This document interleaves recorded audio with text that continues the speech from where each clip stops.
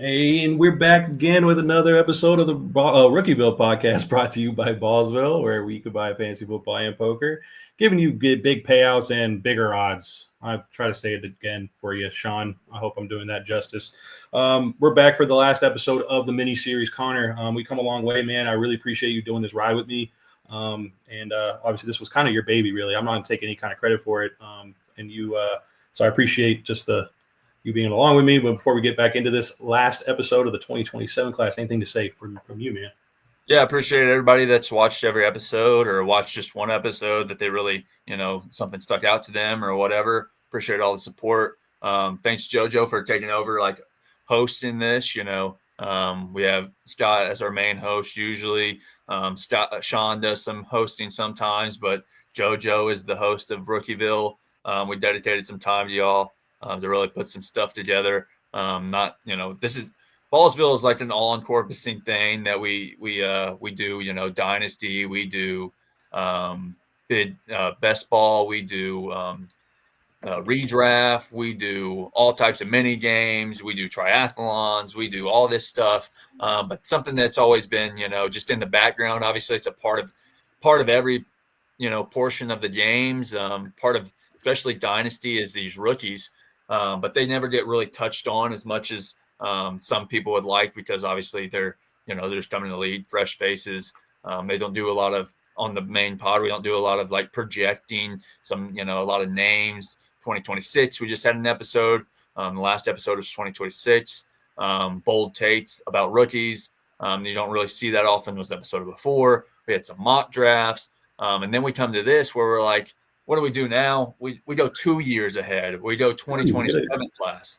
So it's kind of still being bold. I mean, we kind of just took episode 10 and just still running with it, giving you guys names to kind of just monitor over the next 12 to 24 months here. So just to put a little mark on this episode, this is a class that everybody's excited about. People are passing up the opportunities to get 2020. People are passing up the opportunities to get 2026 picks for 2027s. They don't even care about 2026.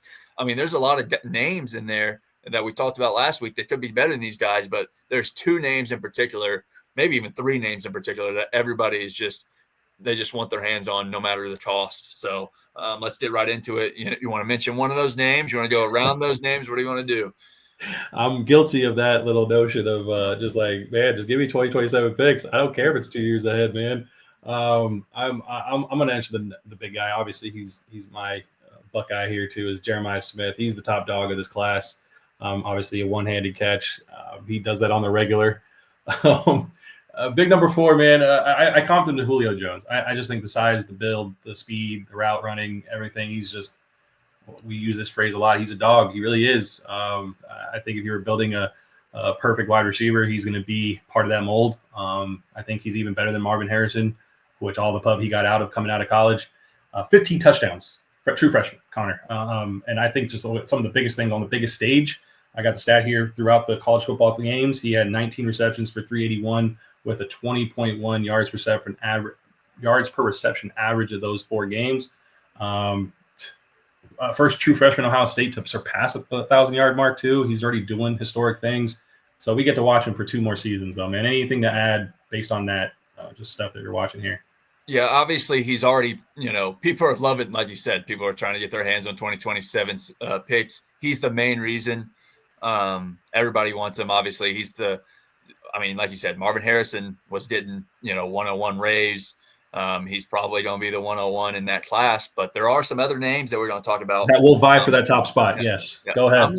I'm going to actually shift it just a little bit because obviously the top names, everybody gets some love. We see this one-handed catch here, but let's go over to another name that you might have not heard of. He's an SEC guy. His name's Cam Coleman over there in Auburn. Not as big. I think he might be a little taller than Jeremiah Smith, but he's not as bulky. He's kind of a do-it-all guy over there in Auburn. He's their main weapon. SEC play. Obviously, you can see the athleticism here in this picture, but just a name to keep your eye on.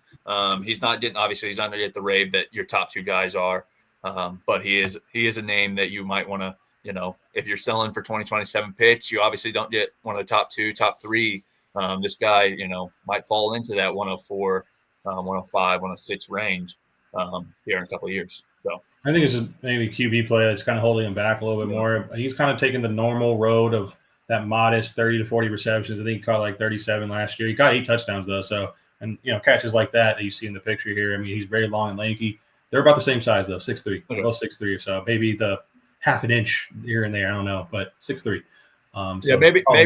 Maybe just the body style makes him look a little lengthier because obviously Jeremiah Smith is a little bulkier. So, I mean, he bulked up even more this year, man. I don't know what they're feeding that kid, but anyways, it's crazy. But the next name, and it's the top name that most people probably had in their 2026 drafts, but I'm bullish on 2027 for this guy. I think NIL has a lot to do with it, man. It's Arch Manning. Oh, I thought you were going to put Peyton's photo up here, man. I was going to put Peyton's photo up there, but I was like, throw a little all good. And that's, again, I'm just going to hone in on that. I think it's NIL is what is we're going to kind of see that kind of maybe creep up in these years where what keeps guys in school. And if Texas doesn't perform, he's obviously making good money. And I think he can stay in school and make another run for a national title. I think if they do happen to win it or they go far in the playoff, there's definitely optionality for him to opt for 2026. He does it all, man. He's very mobile. He can make every throw. He's he's a playmaker. I mean, in this short time that when Quinn Ewers was out, he just made a lot of plays that got the fans running. Like, just put him in, just leave him in. Forget Quinn. But we're gonna finally see him get all the touches, all the quarterback snaps, and see what this good guy can really do and live up to the Manning hype, Manning name too, and legacy. So, what say you if there's anything else? Yeah, I mean, obviously, my favorite player of all time is Peyton Manning. I was going to put a picture of him up there, but just to confuse the audience. But decided to go with the normal TU picture right here, little burnt orange for y'all. But yeah, I mean, he's pretty. I mean, in the action he's played, he really, has been their gadget QB. He really is. He's been their wildcat guy. They put him in there for the 4th and 1s or 4th and 2s. He had a big conversion against A&M. I think it was a 4th and 1. Last year that they, threw him in there for that sealed the game for them. But we'll see him, get, 25, 30 throws a game here in the upcoming season. They really, I mean, they still have some talent at their receiver. They lost a couple of guys. Obviously, they lost Golden and Isaiah Bond and guys like that. So obviously their recruiting class is top 5, top 10 every year anyway, especially with the NIL money they did over there in oil country. But I want to talk a little bit about the better quarterback here in Texas. A guy that, I love watching, obviously. Marcel Reed. Homer. I'm just kidding. Yeah. Obviously. I'm guilty of that anyway. Don't get off me. We've mentioned 25 Ohio State guys, which I had to throw in one name. I meant to mention Le'Veon Moss. I was just talking about a little bit for the 2026 class. Missed opportunity there from the last episode, but I'll talk about our quarterback here. Me and Joe Joe were talking about comps a little bit before we started this episode, and really couldn't come up with a name. And then last second, basically, we threw out Robert Griffin, and I'm like, yeah, that kind of fits. The dude can run the ball just as well as a lot of running backs. He wasn't even our starter last year. It was after Connor Widman. He failed to, really come on strong. He had a couple of injuries here and there. Decided to transfer to Houston. Is over there now. Marcel Reed will be our full-time guy this year. If he can sling it, he's pretty raw in that category. Obviously, like I said, he's a great runner. A lot of options, a lot of read options, a lot of speed options, a lot of just overall, QB draws, QB runs. But he has the arm. He has a pretty powerful arm, pretty good velocity on it. Decision-making was pretty rough. Especially early in his starts. Once he gets into the game, though, he really figures out the play. So just getting into that. I know you have another name that's big here that we want to mention. I'm surprised you didn't mention him first, but what's the name? Before Arch? I mean, well, if Arch reclassifies, I mean, Arch is the next biggest name, to be honest with you. And he had to, I wanted to say something. He had a self-proclaimed comp, and that's what I'm using just because, I mean, if this guy is truly – this QB wonder, I'm going to go with his own self-proclaimed concept, which was Josh Allen, Mahomes, and Burrow. That's pretty lofty, Arch Manning. I hope you live up to that hype. But the other name that is on this 2027 class that a lot of people are clamoring for these picks for is Ryan Williams out of Alabama, wide receiver. I comped him to Devontae Smith, another Alabama receiver. just because the shiftiness, the route running, also the build are very similar. They're both kind of smaller, skinnier type builds, but they get separation, they get open, they can still run with the best of them and take some hits. And CeeDee Lamb, just because of the sheer playmaking ability, I think honestly he can end up being running wide receiver 1-2 for a team if they really value that. I mean, there was like the Malik Neighbors versus Marvin Harrison, right? So if certain GM coach values what Ryan Williams brings to the table, especially for their scheme and their offense, who knows? I mean, I think they're crazy, but anyway, at the same time, like Ryan Williams is definitely viable for one of the top spots, especially in this class. So anything I missed there, playmaking ability wise, he's got it all. He's really good. Yeah, I mean, the dude's a monster. I think obviously he's getting talked about quite a bit, but I don't think he's getting the love he would be if Jeremiah Smith wasn't Jeremiah 1,000%. Smith. So the dude obviously competent to Devontae Smith, which maybe you want to have one of, if not the best wide receiver years ever at Alabama. Obviously, Ryan Williams, he had some huge games last year. He had, I don't know if this is obviously the catch where he spun away and really sealed the game for him against Bama or against Georgia. That game was insane too. That game was back and forth. That was a great game to watch. If you guys missed that game, just go watch some highlights of that game. He's made some, huge plays down the field for them. Obviously, their quarterback play isn't Alabama's your favorite quarterback in that last year. He had your favorite quarterback. Yeah, Jalen Milroe, but that game he did good though. That game was a good highlight for Jalen Milroe. Yeah, Jalen Milroe. I mean, like I said, he can sling it. He's just his decision making. He was supposed to be a Heisman winner last year. Obviously, never really lived up to that. But just talking about a little bit more about Ryan Williams. We'll see what he can do. He had some, a couple of games here and there last year where he was just, I don't know if off his game or just wasn't getting the ball all that much. But he's definitely a name that should be. He's obviously another name that should be going in your 101, 102, 103 range here in 2027. So yak ability too, man. That's really what he brought. Because like you were saying, like even in this photo, it could have been the play where he catches the ball and just gets out of a tackle, spins out, and just runs for the rest of the yardage. So the yak ability is really where he excels too. And the thing I was going to bring up, the first two catches I think he had when he stepped on the field were touchdowns. It was 2 for 2. Went bomb. He had like 140 yards out the gate, man. That just was like, oh God, perk your ears up already for this kid. So 8 touchdowns overall for year one. So do you have another name or do you want me to keep going here? No, you keep going. I a lot of these guys' names we're going to put on, They were overlap anyway, right? They're the names you should be looking out for. I was just trying to give you some extra names like Cam Tolman, Marcel Reed. I can talk a little bit about the guy you have that you wanted to mention. That way we can just go back and forth. Aaron Noland. Yes. Aaron Noland, he's transferred. Obviously, he was in the Ohio State uniform here. He transferred over to South Carolina. He'll be behind Sellers this year in all likelihood, unless something crazy happens in camp. But, you'll talk a little bit about him more because, he's a familiar name for you. And Aaron Noland, I mean, he was supposed to be the heir apparent, pun intended, after really after CJ Stroud, really, to be honest with you. But what was it? I'm so sorry. I'm blanking on the name here. Oh my God, I'm blanking on the name. Who was the quarterback just came out for Ohio State? Arisa, or am I missing something here? Oh my God. I know what you're talking about. Well, white dude. Jesus Christ. Well, how are we doing this, dude? We've been so entrenched in so many names and prospects. We're like literally blanking on things that we should know. But anyway, that's Tate something. What's his name? Tate Marshall. No, not Tate Marshall. Anyway, we'll move it on. It's not a big deal. It's not. He was supposed to be the big name coming out of high school. He was a 5-star recruit. Will Howard. Thank you. Will Howard. Thank you. God damn, I can't believe we literally blanked on that. That's so embarrassing. No, that was planned. That's why it's in the recording. There you go. Bloopers. Anyway, Aaron Noland, he was the man coming out of high school. Lefty quarterback, a kind of competent Michael Penix. I think he's just kind of that taller, skinnier guy, but really more of a pocket passer more than anything. Pretty good release, but he just didn't hold his own.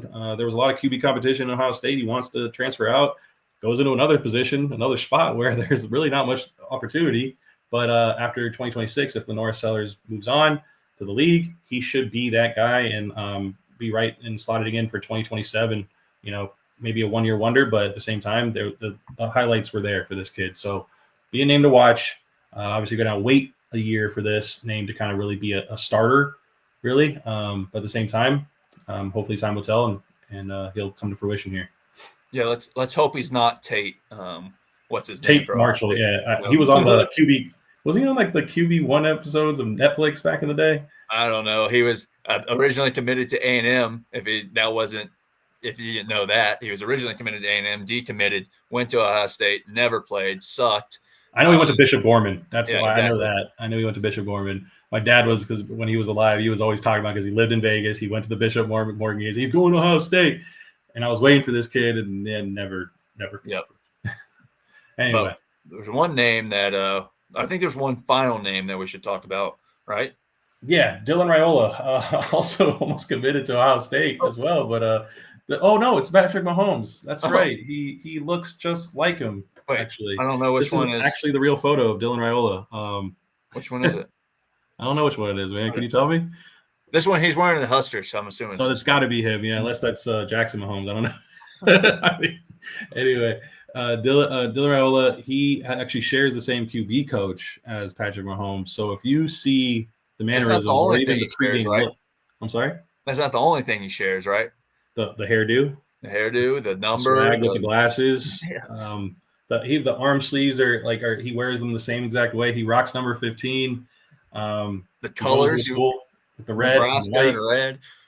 Yeah, man, it's very, very kind of frightening. Maybe he's just a poser. We'll see. I guess time will tell if his game actually can come up to Patrick Mahomes' level. Now, with him at Nebraska, I was talking to you pre-show. I think that this fit in Nebraska is kind of holding him back. I think maybe if they don't do anything this year, I think there's optionality to transfer out and go to a program where he could really showcase his arm. But maybe he kind of takes Nebraska a little further out this year and win some more games.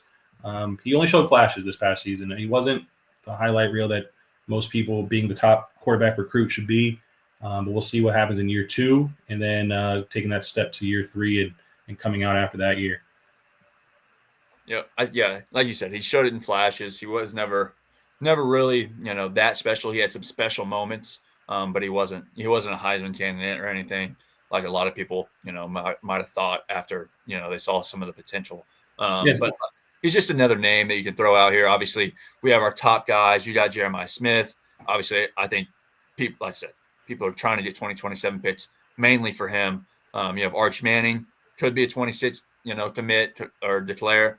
We'll see what his potential could be. He could be the 101. You have another guy, Ryan Williams, also could be the 101, depending on what his career ends up panning out to be over there in Bama. But we gave you 1, 2, 3, 4, 5, 6, 7 names just in 2027 alone that you can look out for. And if you watch college football, obviously you'll see a lot of these guys, but there's going to be tons more that you should be keeping your eyes on as well.